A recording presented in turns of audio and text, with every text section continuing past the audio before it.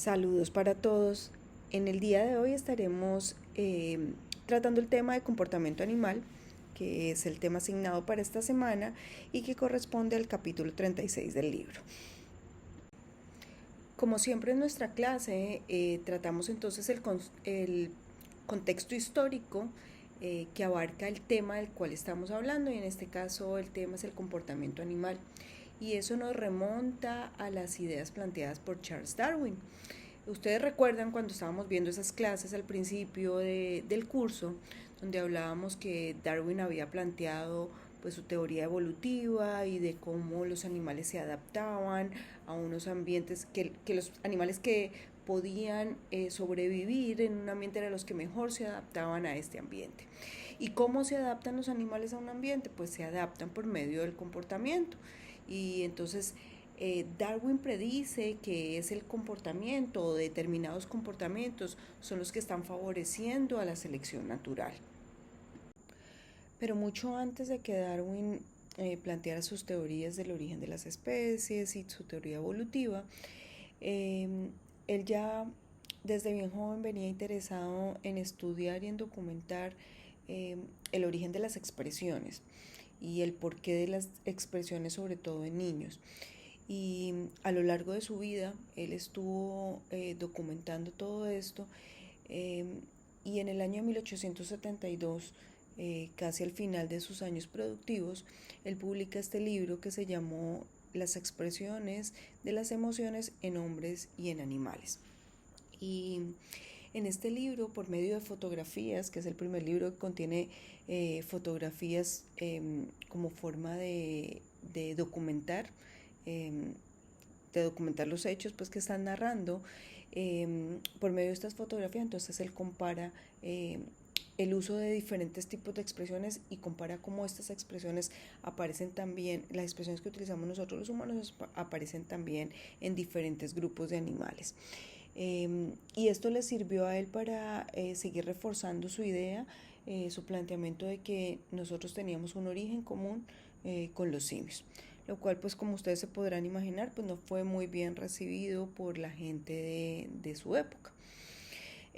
Después de Darwin siguieron diferentes investigadores interesados en estudiar el comportamiento animal, y lo hicieron pues en diferentes facetas.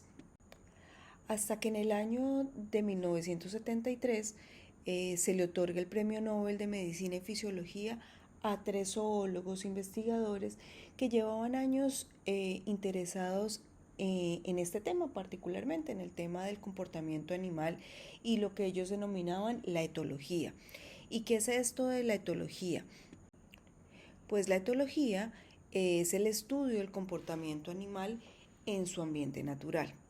Y entonces este tema central de la etología es poder entender cómo las características comportamentales ayudan a explicar las historias evolutivas de las especies o de los grupos.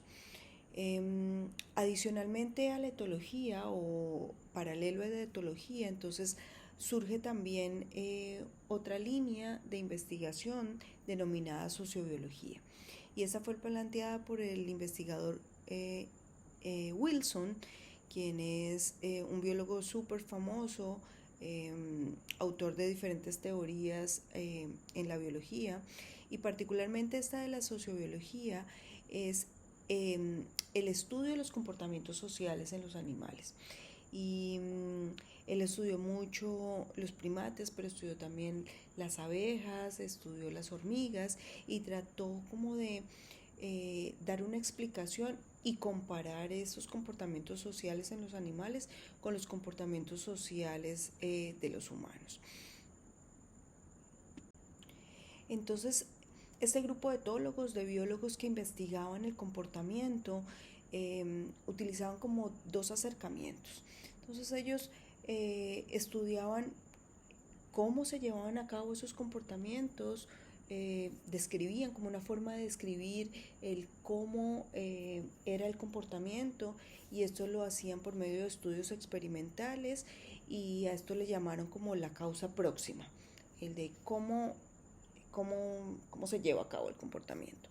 Y llamaron también una causa última o la causa final de este comportamiento al el objetivo o el objeto que tenía este comportamiento o cómo este comportamiento favorecía evolutivamente a la especie o al grupo que se estuviera estudiando. Y esto lo hacían por medio de estudios comparativos. Entonces, en el desarrollo de esta nueva ciencia, el estudio del comportamiento animal, entonces aparece una línea denominada ecología comportamental. Y entonces la ecología comportamental se enfoca en estudiar los comportamientos de forma individual y ver cómo estos comportamientos maximizan o no el éxito reproductivo y el éxito evolutivo de las especies. Y entonces dentro de esta línea entonces se estudian la selección de pareja, se estudia los tipos de forrajeo, se estudia el cuidado parental y se hacen pues estas evaluaciones de si son o no son ventajosos a la hora de aumentar el éxito reproductivo y evolutivo. Muchos de los trabajos entonces que venían realizando estos psicólogos y etólogos se enfocan entonces o se enmarcan dentro de esta línea que conocemos actualmente como ecología comportamental. Y dentro de la ecología comportamental entonces hay una línea bien importante y es el estudio de los comportamientos sociales. Es el estudio de los comportamientos sociales. ¿Pero qué son los comportamientos sociales? Entonces es esta comunicación recíproca entre individuos de una misma especie que buscan cooperar, que están cooperando mutuamente y que les permite estar organizados. Y entonces hay como 4 representaciones máximas de lo que serían los comportamientos sociales y vamos a verlas a continuación. Entonces en esta primera diapositiva en el lado izquierdo tenemos invertebrados coloniales y un ejemplo de ellos son este grupo de medusas que realmente son individuos independientes que ocupan un mismo espacio, pero realmente no hay mucha cooperación entre ellos. Al lado derecho entonces tenemos los insectos sociales como las abejas, las hormigas y las termitas, quienes desarrollan un sistema ya más sofisticado de comunicación y de cooperación. Acá tenemos entonces al siguiente grupo. En el lado izquierdo están ubicados entonces los delfines, los elefantes y algunos primates que tienen unos sistemas sociales ya mucho más avanzados y como representante último de estos comportamientos sociales pues estamos nosotros los humanos con comportamientos pues ya bien especializados. Entonces, retomando un poco acerca de la historia de esta nueva línea de investigación o de esta línea de investigación del comportamiento animal, tenemos que fueron 2 de estos investigadores que se ganaron el premio Nobel, los doctores Konrad Lorenz y Nico Timber, quienes describieron muchos de los conceptos básicos de esta nueva línea de investigación. Y esto lo hicieron basados en diferentes experimentos que ellos realizaron durante muchos años y uno de ellos, si bien famoso, es el experimento con unos gansos y los huevos. Entonces lo que ellos hacían era que le proveían al ganso objetos redondeados afuera de su nido y se daban cuenta cómo el ganso siempre respondía de la misma manera y por medio del mismo comportamiento tratando de regresar el huevo nuevamente al nido o el objeto nuevamente al nido asumiendo que era un huevo. Ellos llamaron a este tipo de comportamientos que eran repetitivos, lo llamaron como comportamientos estereotípicos. Y Lorenz planteaba que entonces esos comportamientos estereotípicos deben estar desencadenados por un estímulo en particular. Parecía que en el caso de estos gansos el estímulo era un objeto redondeado fuera del nido. Ese era el estímulo que desencadenaba el comportamiento de regresar el objeto al nido. Entonces, en medio de sus experimentos, ellos se dieron cuenta que si el animal, por ejemplo, respondía eh, a solamente un tipo de estímulo, ese estímulo se le denominaba el estímulo señal. Y entonces este estímulo señal podía ser de diferentes tipos y un ejemplo de esto puede ser entonces el graznido de una gaviota hace que los pollitos se queden quietos para evitar ser depredados y la señal entonces aquí es el graznido, el que hace que se genere un comportamiento en particular. Otro ejemplo entonces está dado por el gráfico que tenemos acá, de este gráfico donde hay unos pececitos y entonces esto representa a este pez que reacciona agresivamente ante cualquier cosa que tenga una mancha roja ventral, sin importar la forma del objeto que se le esté presentando. Entonces miren que los investigadores le presentaron a estos pececitos un pez de su misma forma corporal, o sea, la misma forma de la especie, pero sin la mancha roja, y ellos no respondieron a este estímulo. Sin embargo, les presentaron otros objetos, porque no tenían realmente la forma de un pez, sino otros objetos con esta mancha roja, y a estos objetos el pececito sí respondió agresivamente. Así que lo que se concluye aquí es que el estímulo señal en este caso entonces es la mancha roja en la parte ventral del cuerpo. Aquí tenemos entonces otro ejemplo del estímulo señal. En este experimento entonces lo que hicieron los investigadores fue presentarle a un pájaro que es súper territorial, presentarle dos modelos. En el lado izquierdo entonces tenemos el modelo es realmente una bolita de plumas, no tiene cabeza, no tiene patas, pero tiene la coloración de un individuo adulto. Los adultos de esta especie entonces tienen el pecho rojizo. Y en el lado derecho entonces se le presentó a los individuos adultos, se le presentó este modelo de un juvenil, con su cabeza, con sus patas, pero con coloración de juvenil, es decir, sin esta mancha naranja. Y entonces lo que ellos encontraron era que los organismos adultos estaban atacando directamente a la bolita de plumas y estaba, digamos que el estímulo señal era esta coloración rojiza en la mitad del modelo, sin importar la estructura realmente del modelo. Entonces el estímulo señal era nuevamente esa coloración la que desencadenaba todo el comportamiento agresivo y de defensa de territorio.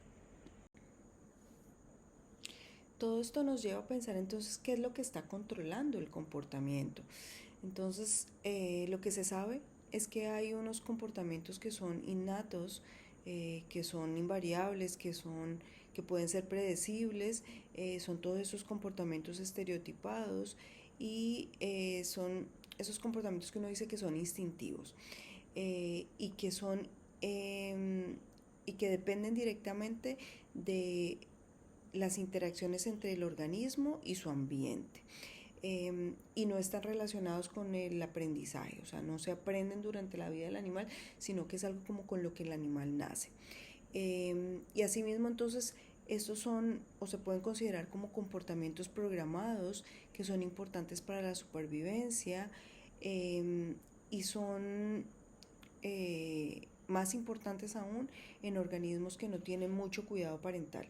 Es decir, que son organismos que nacen con ese conocimiento, digamos, a priori y que no lo aprenden de su interacción con otros de su misma especie. Actualmente sabemos que muchos de estos comportamientos innatos están determinados genéticamente por la interacción entre diferentes genes. La transmisión o la heredabilidad de estos comportamientos se da de manera mendeliana y esto pues fue posible determinarlo por medio de experimentos y particularmente experimentos llevados a cabo con las abejas. Al estudiar entonces entrecruzamiento entre abejas se dieron cuenta que había dos comportamientos que eran importantes dentro del proceso de higiene de las abejas, y uno era la de remover unas células infectadas o remover unas larvas, y este comportamiento estaba directamente asociado con la presencia o no de determinados alelos de un gen en particular. Y también por medio de otros experimentos entonces se dieron cuenta que habían comportamientos que eran intermedios, que cuando había unos híbridos, entonces los híbridos presentaban comportamientos intermedios, así como se acuerdan cuando veíamos en la morfología que los híbridos eran como la mezcla entre mamá y papá, eran como un intermedio entre los parentales, pues entonces en comportamientos también se presentaba lo mismo. Entonces, esto se dieron cuenta cuando estudiaron estos loritos, y entonces tenían dos tipos de loro. En la parte, los dibujitos que están en la parte superior, vemos aquí entonces el lorito del lado izquierdo, tiene la costumbre de cargar las ramas para construir su nido, cargan las ramitas o las pajitas entre las plumas, y mírenlo aquí entre las plumitas. Sin embargo, la otra especie, que es la que está a la derecha, carga las pajitas en el pico. Y se dieron cuenta que los híbridos, cuando estas dos especies se juntaban y generaban híbridos, los híbridos entonces podían cargarlas, las pajitas, entre las alas, pero también la cargaban en la boca, dependiendo del momento. Podían hacer los dos comportamientos o tener los dos comportamientos. Pero el comportamiento no solamente tiene una base genética, también hay una parte de aprendizaje, donde el animal aprende de la experiencia frente a un estímulo.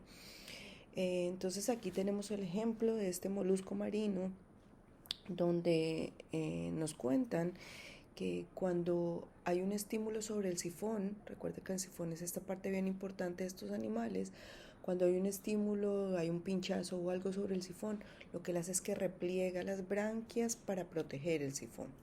Pero si este estímulo se sigue presentando continuamente, lo que va a suceder es que el animal deja de responder, porque se habitúa a el estímulo, o sea, ya el estímulo deja de tener importancia. Les voy a poner otro ejemplo de esto de habituación y de aprendizaje. Cuando nosotros estamos en un sitio muy ruidoso, llega un punto en el que ya tú dejas de sentir el ruido, o el ruido deja de molestarte.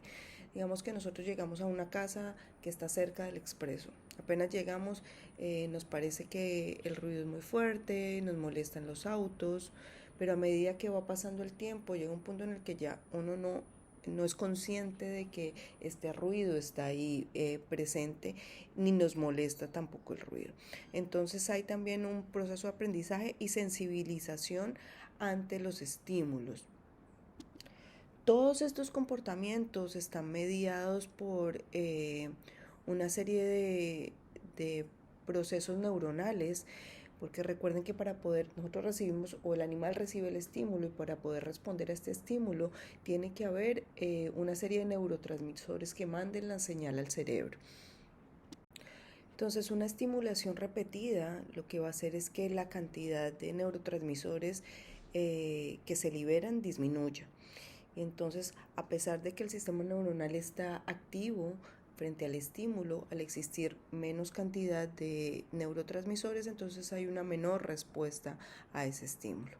Y todo esto se conoce como el proceso de sensibilización. Y bueno, entonces hay también entonces este proceso de aprendizaje, de respuesta frente a los estímulos, puede generar que haya también cambios a nivel neuronal, y que se creen nuevas redes o nuevas conexiones, y todo esto involucra entonces el proceso de aprendizaje. Hablando entonces de aprendizaje, hay un experimento bien famoso por medio del cual se desarrolló una teoría que se denominó condicionamiento clásico, y es este experimento de Pavlov. Este es un concepto que ha tenido una gran influencia en la psicología y en otras áreas de estudio y explica cómo los organismos aprenden a asociar estímulos y respuestas. Entonces, Pavlov era un fisiólogo ruso que estudiaba el sistema digestivo de los animales. Y él se dio cuenta cómo los perros respondían o salivaban cuando estaban cerca de la comida. Entonces él quiso comprobar si esta salivación podía estimularse de otras maneras. Entonces lo que hizo fue el que empezó a utilizar una campana. Cuando él sonaba la campana, pues se dio cuenta que si él sonaba la campana solamente, pues el perro no salivaba. Si le mostraba alimento, el perro salivaba. Entonces lo que hizo fue poner el alimento, sonar la campana y entonces el perro salivaba. Es decir, que el perro estaba asociando la campana con el alimento. Después, con un proceso de habituación, porque entonces este experimento lo repitieron muchas veces, o este experimento no, este entrenamiento lo repitieron muchas veces, y después de tantas repeticiones, el solo hecho de oír la campana hacía que el animal salivara. Entonces este experimento logró determinar o logró dilucidar cómo los organismos pueden aprender a asociar un estímulo y generar una respuesta a ese estímulo. Todavía este tipo de condicionamiento se utiliza y se utiliza no solamente en perros. O sea, han visto que cuando van a entrenar a los perros utilizan los clickers y ponen al perro a que dé una vuelta, por ejemplo, y y ponen el sonidito y le dan una comidita al perro. Entonces el perro ya sabe que cada vez que él haga la vueltita y si oye el sonido, pues le van a dar comida. Y se ha hecho este experimento o se utiliza este tipo de condicionamiento no solamente con animales, sino también con humanos. Se han dado cuenta que este tipo de condicionamiento es efectivo a la hora de vender, de hacer ventas.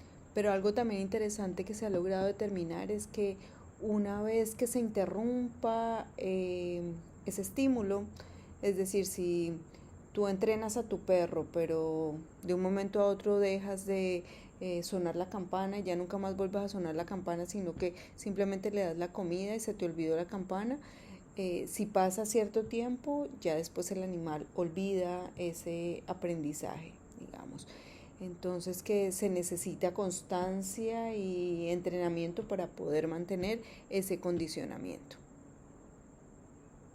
Bueno, ya vimos que hay un comportamiento que tiene bases genéticas, pero también vimos que hay la posibilidad de aprender, ¿cierto? Que se puede aprender de las experiencias y se pueden modificar ciertos comportamientos dependiendo de las experiencias que se tengan. Y puede haber un proceso incluso de habituación ante ciertos estímulos. Pero hay otros tipos de comportamientos que son innatos, con los que se nacen, y que son mucho más evidentes en los primeros momentos de vida de los animales y se asocian con comportamientos que les permiten sobrevivir al medio pues, en el que se encuentran. Uno de estos comportamientos y que es bien típico es el comportamiento de seguir a la madre que tienen los patos. Yo me imagino que ustedes han visto estos videos donde aparecen entonces una mamá pata con sus bebés cruzando expresos o que siempre están en filita detrás de la mamá, incluso cuando la mamá se mete al agua, los patitos la siguen. Konrad Lorenz, que es uno de estos investigadores que se ganó el premio Nobel, él encontró que este es un comportamiento innato de estos animalitos y que ellos están condicionados a seguir a la primera imagen que ellos ven o que ellos reconocen como su madre. No necesariamente tiene que ser su mamá. Si por ejemplo esa primera imagen es un ser humano, es una persona, es la persona que los cuida, pues entonces ellos ya están condicionados a que van a seguir a esa persona donde sea. Y eso es lo que vemos aquí en estas imágenes que son pues bien famosas de estos experimentos que llevó a cabo este investigador. Pero entonces, dentro de este proceso de imprinting o de estos comportamientos innatos, digamos, estos comportamientos innatos que tienen los animales, digamos que también hay como una ventana de aprendizaje donde los animales pueden modificar esos comportamientos innatos dependiendo de las condiciones en las que se encuentren.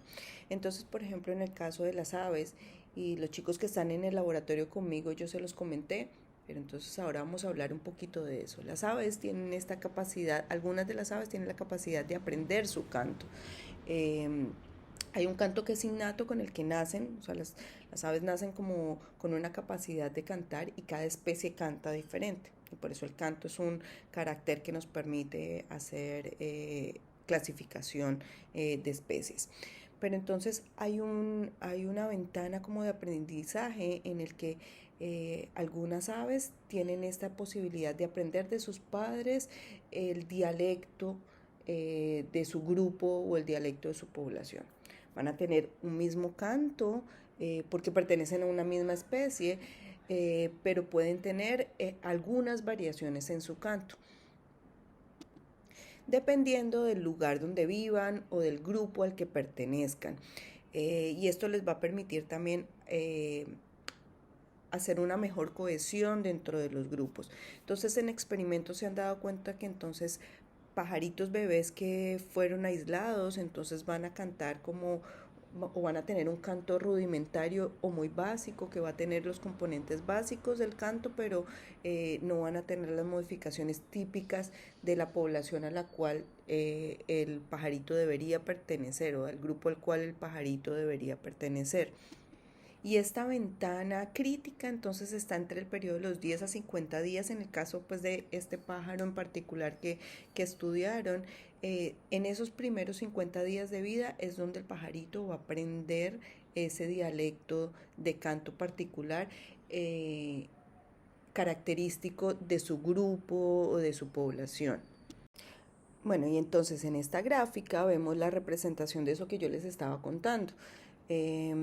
Vemos aquí entonces al pajarito con el que hicieron el experimento y unas gráficas. Entonces, la gráfica en el eje X tenemos el tiempo y en el eje Y tenemos la frecuencia del canto en kilociclos.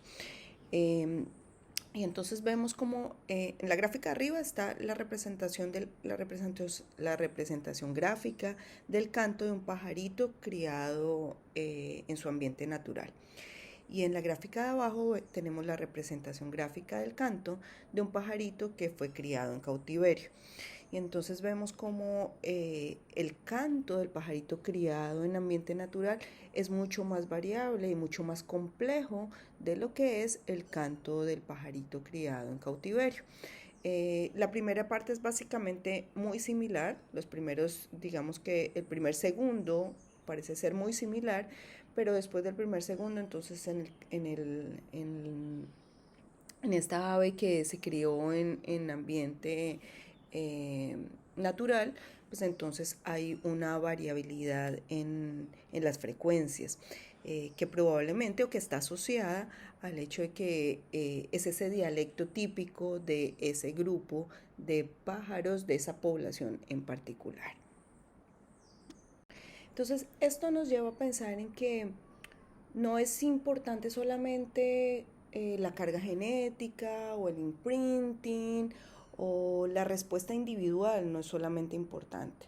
Es también importante el grupo al cual pertenece el individuo y este grupo va a estar modificando el comportamiento o va a estar determinando ciertos comportamientos. Y entonces eso nos lleva a este grupo de comportamientos que denominamos comportamientos sociales. Entonces la definición de un comportamiento social es cualquier respuesta ante un individuo de tu misma especie. No importa la respuesta que sea, positiva o negativa, lo que sea, pero tiene que haber una respuesta.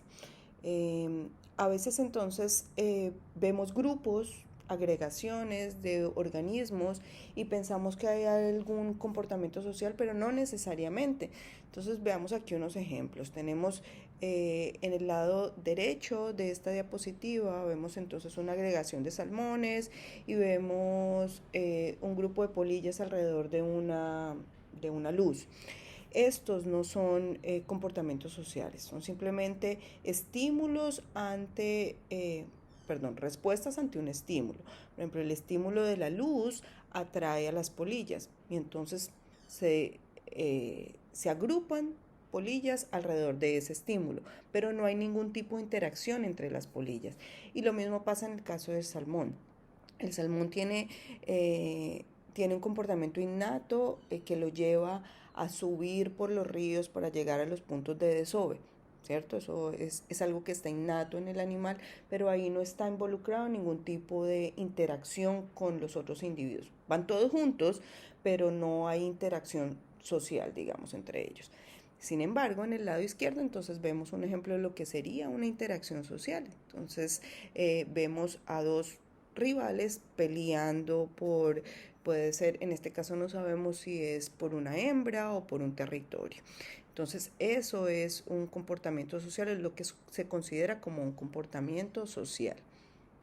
Entonces, estos comportamientos sociales pueden ser muy variables y y dependen de las señales de los animales, o sea, porque dijimos que tenía que haber un tipo de interacción, ¿cierto?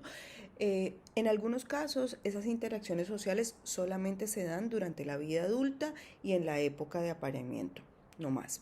Por ejemplo, en las serpientes, y aquí vemos un ejemplo, las serpientes son solitarias, ellas no viven en agregaciones, ellas son solitarias, pero en la época reproductiva, entonces vemos cómo las feromonas las feromonas de las hembras atraen a los machos y se forman agregaciones de serpientes, pero está mediado por la época reproductiva y por la producción de feromonas. Pero entonces estamos en otro extremo de esa misma, de ese mismo gradiente. Entonces tenemos otros animales que son monógamos, que forman parejas para toda la vida. Hay algunas aves, hay algunos mamíferos que forman parejas para toda la vida. Y otro vínculo bien importante dentro de todos estos comportamientos sociales son la relación entre la cría y la madre. Es quizá uno de los vínculos más fuertes dentro de todo este proceso de comportamiento social y que permite entonces el éxito reproductivo. Le permite a la madre tener este éxito reproductivo y poder asegurar que sus genes continúen dentro de la población. Entonces, estos comportamientos sociales llevan a que haya agregaciones de individuos, ¿cierto? Y estas agregaciones, entonces, a su vez, proveen unas defensas activas y pasivas. Entonces, por ejemplo, es más seguro estar en un grupo que estar solo. Y bueno, hay diferentes ejemplos. Aquí tenemos en la foto un ejemplo de si un león va a atacar a este grupo, ataca a todo el grupo, pero no ataca a un individuo en particular. Ustedes han visto en los videos donde ellos empiezan a tratar de encontrar el individuo el más pequeño, más enfermo, y que por lo general lo que hacen las madres o los cuidadores es que ponen a los bebés más al interior del grupo para evitar que sean como atacados tan fácilmente. Lo mismo pasa, por ejemplo, en colonias de pájaros, donde también pues el estar juntos les provee cierta protección, o en el caso de los perritos de las praderas, que son estos mamíferos que viven en las praderas de los Estados Unidos, que uno los ve a veces en videos que salen como de sus cuevitas y miran, lo mismo que hacen los suricatos. Entonces el que estén en grupo pues les provee mayor protección porque hay más vigilantes dentro del grupo, digamos. Entonces este estar en grupo o esta socialización entonces hace que haya unos cambios a nivel comportamental y fisiológico y por ejemplo hay una sincronización en las épocas reproductivas o en los comportamientos reproductivos y esta organización social entonces beneficia por medio de la cooperación a todo el grupo. Hay entonces una separación en el trabajo, hay una cooperación en la consecución de alimentos, en el cuidado parental y también en la defensa del territorio o en el cuido pues del territorio y de ellos mismos como individuos. Bueno, y en esta imagen podemos ver pues un ejemplo de este animalito que parece como se asemeja como un suricato, donde vemos como ese tipo de diferentes interacciones sociales que hay dentro del grupo. Como les mencionaba previamente, entonces uno de estos comportamientos sociales más importantes es el apego entre madre y cría, y bueno, es importante para la supervivencia del individuo, pero también para la supervivencia del grupo y para asegurar el traspaso genético, el traspaso de los genes a la siguiente generación. Entonces, estos comportamientos sociales no solamente permiten la transmisión pues, de alelos o, la, o el mantenimiento de una línea genética, sino que también permiten la transferencia de comportamientos. Entonces, aquí tenemos un ejemplo bien particular y es el ejemplo de este grupo de monos, son unos monos macacos que viven en Asia, y en un grupo, en una población, una mona aprendió a lavar las papas antes de consumirlas, y entonces lo que hizo esta mona fue que le enseñó a los otros miembros de su grupo, y ese comportamiento se transmitió también a los individuos más jóvenes dentro del grupo, y ahora es un comportamiento extendido, digamos, dentro de este grupo en particular. Otro ejemplo de este proceso de aprendizaje y de transmisión de comportamientos a un grupo social lo constituyen las orcas, y particularmente una población de orcas que vive en la península de Valdés, en Argentina, que tiene o que exhibe un comportamiento único dentro de la especie. Y es que este grupo aprendió la manera de salir hasta la playa a cazar, estos son focas, a cazar focas. Quizá ustedes han visto videos, y si no los han visto les recomiendo que los busquen para que vean este comportamiento que, como les digo, es único y solamente lo exhiben este grupo. Es un grupo bastante pequeño de orcas que están todas emparentadas entre sí. Entonces hablamos de todas las ventajas que tienen los comportamientos sociales, pero no todos son ventajas, hay también desventajas de estar en grupos también, ¿no? Entonces, cuando tú estás solo, tú te puedes camuflar más fácilmente, pero si estás en grupo, pues no te puedes esconder. Es cierto que va a ser más difícil que te ataquen, pero también te van a ver más fácilmente. Eh, y entonces también lo que pasa es que cuando hay depredadores bien grandes, pues ellos necesitan mayor cantidad de alimento, entonces digamos que el estar en grupo le provee a esos depredadores grandes pues mayor disponibilidad de recursos que puedan consumir. Eh, y en algunos casos, en algunos contextos, es mejor estar solo que estar en grupos. Entonces, en la interacción también dentro de las especies o dentro de los grupos, hay comportamientos de competencia, o también conocidos como comportamientos antagonísticos, que representan cualquier tipo de agresión física o cualquier amenaza que, que lleve al otro individuo a abandonar algo, abandonar un territorio, abandonar una hembra, abandonar un alimento puede ser. Y entonces, bueno, aquí están como categorizados todas estas peleas, como lo que podríamos llamar como peleas, pero que a la vez no son peleas como tal, porque no buscan matar al otro individuo, no quieres hacerle daño al otro individuo, simplemente quieres muy bien sea mantener tu territorio, o poder acceder a una hembra, o poder acceder a un tipo de alimento. Son más bien rituales, y representan pues como comportamientos como simbólicos y ritualizados, que no buscan herir al otro, sino simplemente establecer una posición, digamos, puede ser una posición social o poder acceder a un recurso. Entonces aquí vemos, por ejemplo, lo que hacen los gatos, lo que vemos cuando dos machos están peleando, bien sea por el territorio o por una hembra que está en calor, que siempre hacen más o menos lo mismo, si ustedes se fijan siempre hacen más o menos lo mismo, y bueno, el ejemplo también de unas arañitas. Decíamos que esos comportamientos antagonísticos o de pelea están ritualizados, y esta ritualización tiene un componente evolutivo también de ese comportamiento que permite que con el paso del tiempo el comportamiento ritualizado comunique o tenga una función de comunicación, de comunicar algo dentro del grupo. Entonces, estos comportamientos pueden ser de diferente tipo dependiendo de la especie, pero entonces acá tenemos unos ejemplos de las jirafas que enroscan sus cabezas o entrelazan sus cabezas, los machos de las jirafas, o los machos de las cabras que se golpean los cuernos para defender como sus territorios.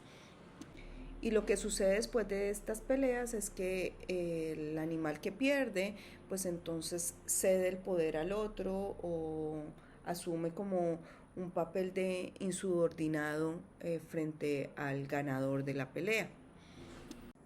Entonces, como les mencionaba, el ganador de estas competencias o de estas peleas va a ser quien tenga acceso a bien sea el alimento, a una pareja para reproducirse o a un territorio.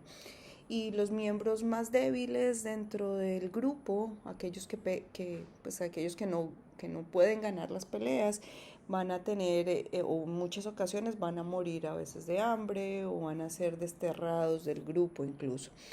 Hay un ejemplo pues entonces de este proceso de jerarquía que se forma a través de las peleas, y vemos el ejemplo de los gallineros, donde hay un gallo que es el dominante, que tiene una gallina que es como la gallina principal, están las gallinas que tienen pollitos y están los otros pollitos o los otros miembros del gallinero.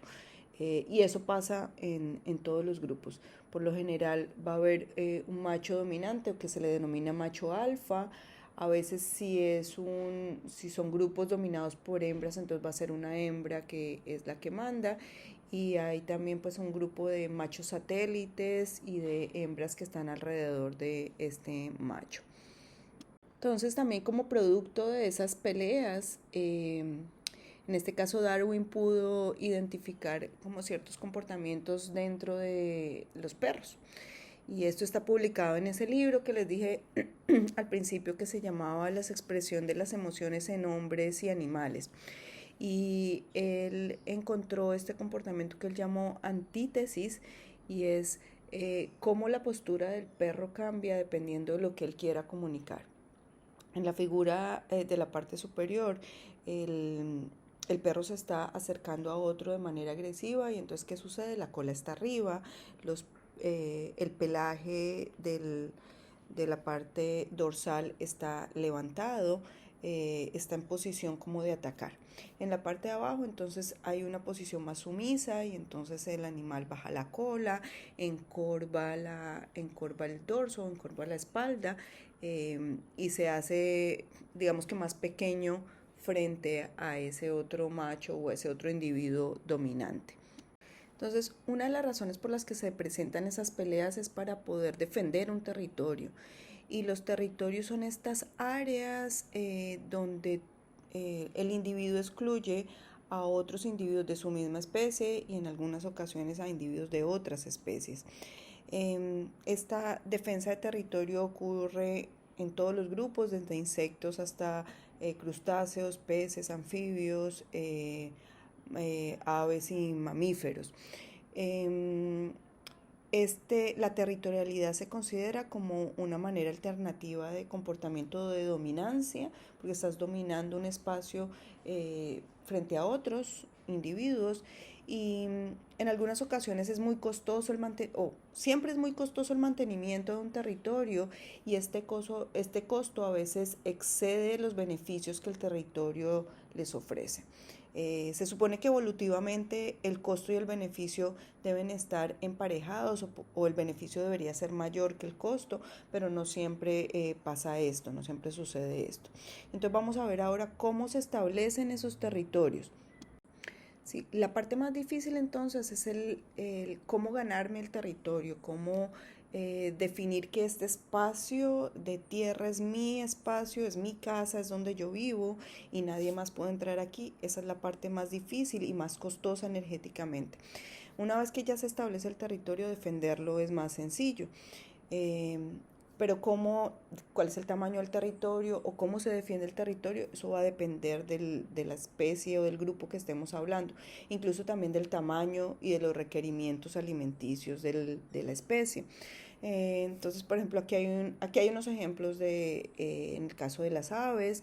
Si estás en una colonia, entonces a veces el territorio es solamente el espacio de tu nido. Si las colonias son muy apeñuscadas, entonces solamente el espacio de tu nido es lo que se considera como tu territorio. En el caso de machos de aves cantoras, entonces el territorio se establece por medio del canto. En el caso, por ejemplo, de los mamíferos, y sobre todo los mamíferos bien grandes como osos o leones, los territorios son súper extensos, son bien grandes y a veces los territorios se solapan, en algunos puntos se solapan porque no hay suficiente espacio. Y lo que sucede en algunas otras ocasiones es que hay territorios que son grupales, entonces no es un territorio individual, sino que son territorios de un grupo de animales. Y eso sucede sobre todo en primates.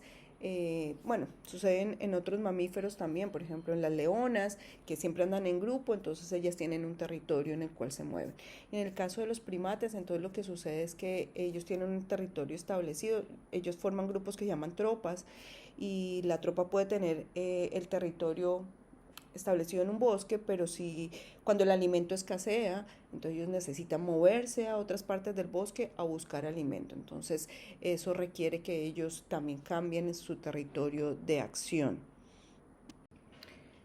Una de las razones por las cuales los animales entonces defienden un territorio es por el poder acceder a una hembra o el poder reproducirse.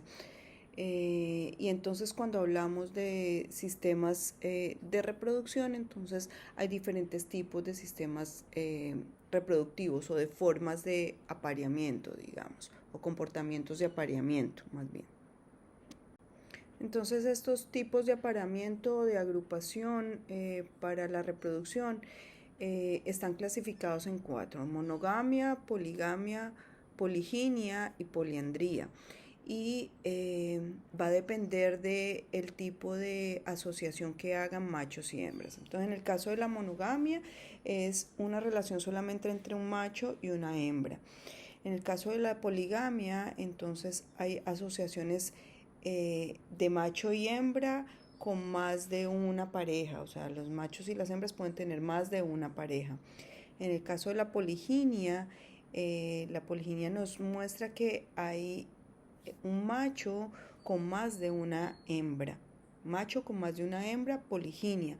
Poliandría es una hembra con más de un macho. Esos son los 4 tipos de comportamientos reproductivos. El tipo de estrategia reproductiva más común es la poliginia, donde hay un macho con muchas hembras. Pero hay también diferentes tipos de poliginia. Entonces hay, por ejemplo, una poliginia donde se defiende un recurso en particular.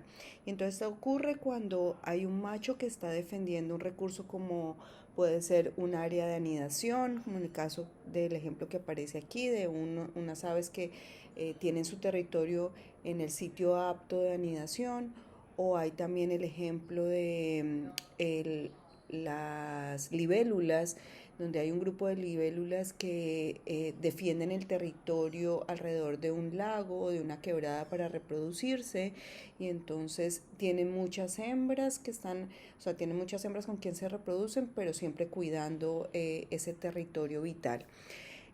Hay otro caso en el que se defienden a las hembras, una poliginia donde se defienden a las hembras, y esto ocurre cuando el número de hembras es mucho mayor que el de los machos.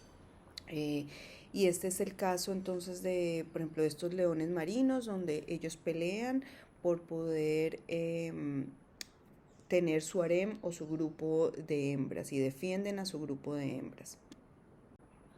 Y hay otro tipo de poliginia que es el de dominancia de los machos, donde son las hembras las que están seleccionando el macho con el cual se van a reproducir.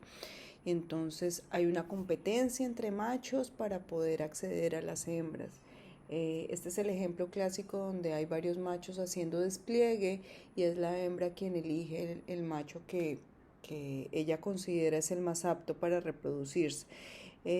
Estos grupos de despliegue se denominan lex o grupos de despliegues o lex, es el nombre técnico de este tipo de grupos. Estos ejemplos de tipos de apareamiento muestran cómo los animales pueden llegar a ser egoístas a la hora de aparearse y poder transmitir sus genes a la siguiente generación. Sin embargo, también vemos que hay otros comportamientos sociales donde los animales parecen ser como altruistas, parecen actuar sin ningún interés de un beneficio propio. Este sistema como de altruismo o cooperación no es fácil de explicar y apenas hacia los años 60 empezó a dilucidarse, como entenderse mejor cómo este comportamiento de cooperación y ayuda que podía ser perjudicial para un individuo ayudaba a toda una población o a todo un grupo. Entonces surge la idea de que, o la teoría de la selección de grupo, que plantea que los individuos se comportan de cierta manera, de una manera en particular, en beneficio de todo el grupo, por el bien de toda una especie o de toda su especie.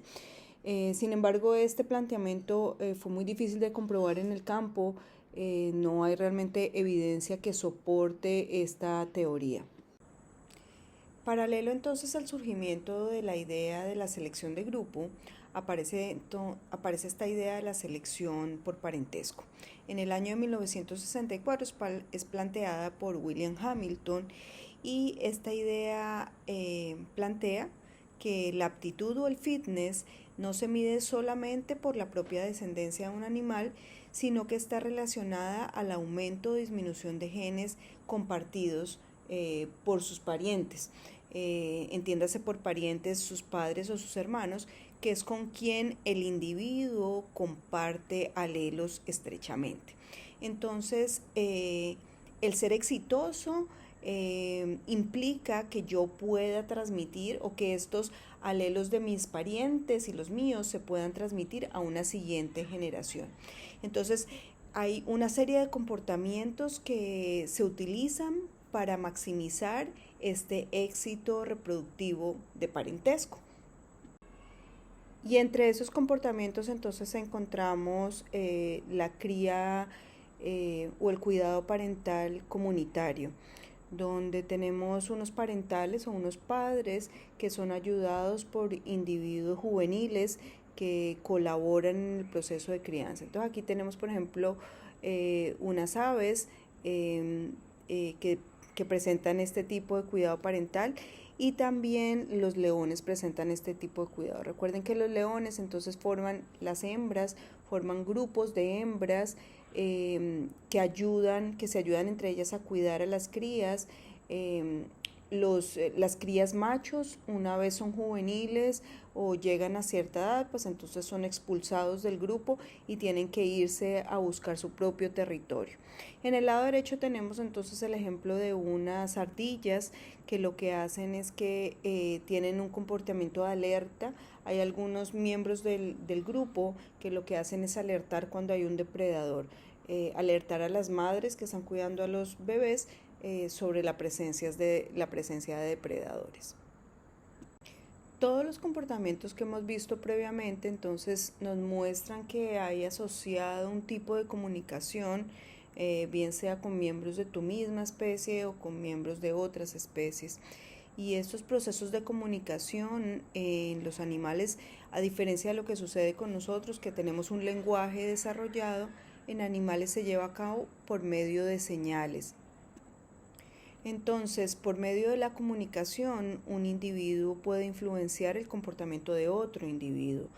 Y este tipo de y las comunicaciones se refieren a diferentes tipos de comunicaciones. Hay comunicaciones acústicas, como la que se ve que está haciendo aquí, llevando a cabo una rana, que es lo que hace cuando canta, es emitir un sonido para poder transmitir una información a otro individuo.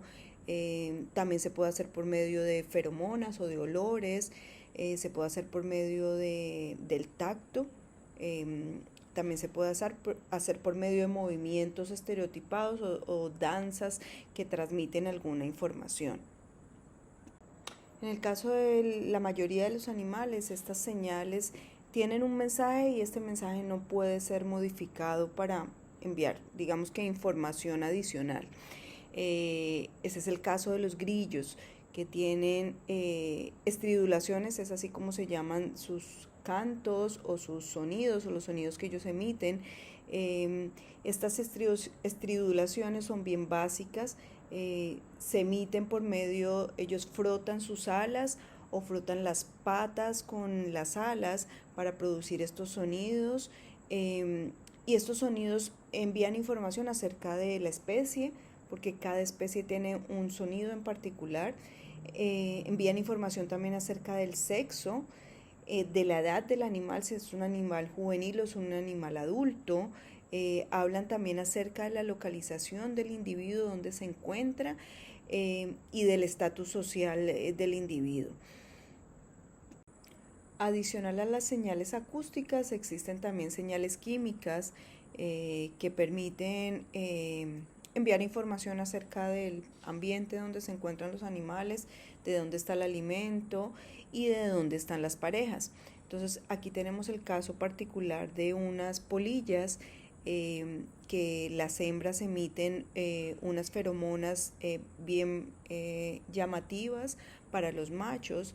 El macho es capaz de detectar esas partículas de feromonas por medio de sus antenas. Las antenas de las polillas, a diferencia de las mariposas, las antenas de las polillas son plumosas, así como se ve aquí en esta imagen, y en cada una de esas, digamos que pelitos dentro de sus antenas hay unas células receptoras. Y estas células receptoras son capaces de detectar la feromona y le indican a la polilla macho dónde se encuentra la hembra que está dispuesta para la reproducción. El sistema receptor de estos animales es bien complejo porque le permite distinguir entre feromonas, pues la feromona que le interesa, la feromona de la hembra de su especie, y también distinguir entre estas señales químicas que emiten las plantas que están a su alrededor. Entonces eso lo vemos acá en el dibujito de abajo, donde hay un montón de feromonas. Esos circulitos representan feromonas u olores que están ahí volando en el ambiente, y hay unos en particular que le indican al macho dónde se encuentra la hembra para reproducirse, lista para reproducirse. Entonces, más allá de las señales acústicas, de las señales químicas, existen también una serie de despliegues o bailes que permiten entonces transmitir alguna información. Y hay un caso bien particular y bien interesante, y es lo que llevan a cabo las abejas. Ellas realizan algo que se denomina la danza del meneo para comunicar la ubicación de la comida, y lo hace particularmente una oveja obrera cuando ha localizado una fuente que es rica en polen o en néctar. En esta imagen entonces podemos ver cómo es esta danza que lleva a cabo la abeja cuando encuentra el alimento, y podemos observar que es un proceso súper complejo, donde entonces no está solamente el baile en forma de 8 encima de la colmena, sino que el contoneo que ella realiza en la parte como central de este 8 va a indicar la cantidad del alimento, va a indicar también la dirección en la cual se encuentra respecto al sol. También cuando hay mucho alimento, cuando hay bastante alimento, entonces no hay tantos bailes, y si hay poco alimento, entonces los bailes son muy intensos. Bueno, entonces a manera de conclusión tenemos que una exhibición es un comportamiento que sirve para propósitos comunicativos, y exhibiciones hay de diferentes tipos. Entonces está las feromonas de las polillas, los cantos de las ranas y de las aves, y las danzas de cortejo. Todas estas son exhibiciones. Aquí en este ejemplo vemos las exhibiciones o el baile de los piqueros de patas azules, las cuales son bailes bien complejos y que son realizados no solamente por el macho, sino también que involucran a la hembra. Entonces, en el momento de involucrar al otro miembro de la pareja, se asegura de que este también se comprometa dentro del cortejo. Entonces, si hay una respuesta por parte de la hembra, una respuesta indica que realmente hay una posibilidad de que haya un encuentro y un posible apareamiento. Durante toda la presentación hemos visto cómo los animales son capaces de llevar a cabo comportamientos, diferentes tipos de comportamientos, con el objetivo de transmitir algún tipo de información.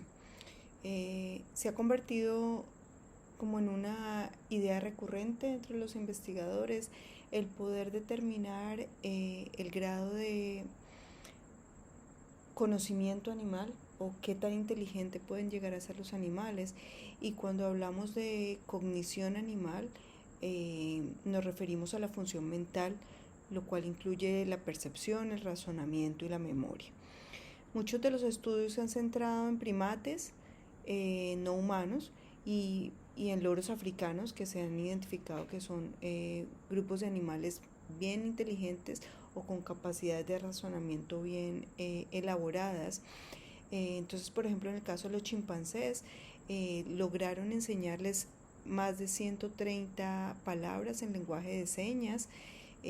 Los loros pueden vocalizar como humanos.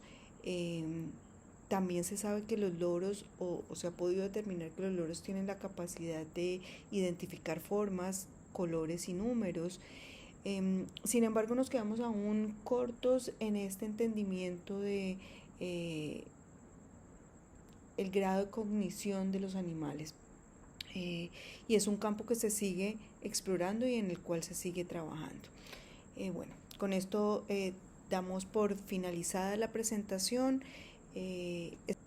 Bueno, espero que este video les haya servido para entender un poco más acerca de lo que es el comportamiento animal, de los diferentes tipos de comportamiento y de la información que se transmite por medio de estos comportamientos. Espero que si están interesados en seguir aprendiendo más de este tema, busquen información, y si han quedado con dudas, pues no duden en escribirme un mensaje o en ponerse en contacto conmigo, y con mucho gusto estaré solucionando o respondiendo a sus preguntas.